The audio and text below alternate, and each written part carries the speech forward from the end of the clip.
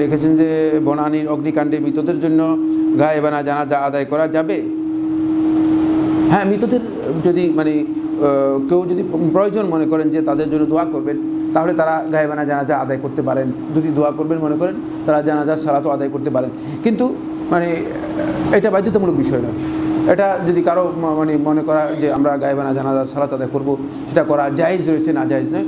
উত্তম হচ্ছে যেটা, সেটা হলো তাদের জানাজা মানে আদায় হলে গায়েবানা জানাজা না আদায় না করা। কারণ তাদের তো অনেকেরই জানাজা হয়েছে, মানে জানাজা এবং দাফন সবটাই সম্পন্ন হয়েছে ইসলামী তরিকা অনুযায়ী। সুতরাং জানাজা যদি না হয়ে থাকে, তাহলে গায়েবানা জানাজা করা জায়েজ রয়েছে। জাযাকুমুল্লাহু খাইর। আসসালামু আলাইকুম ওয়া রাহমাতুল্লাহি ওয়া বারাকাতুহু।